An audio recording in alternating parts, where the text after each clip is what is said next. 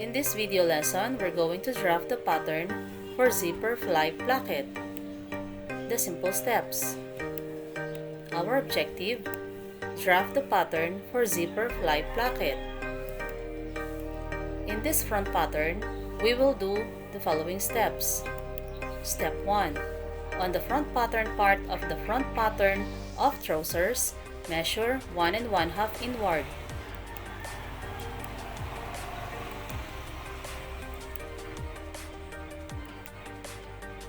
Step 2.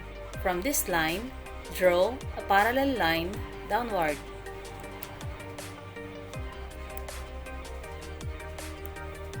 Step 3. From the waistline, measure 9 inches downward and shape the bottom edge of the fly.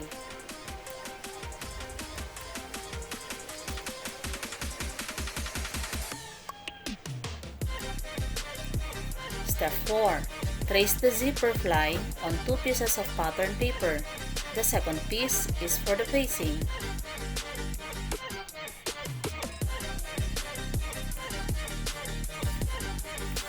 Step 5. Apply 5/8" seam allowance to all edges towards the front seam line.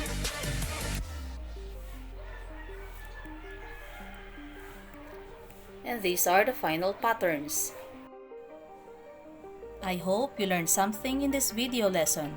It is now your turn to draft your own pattern. Good luck!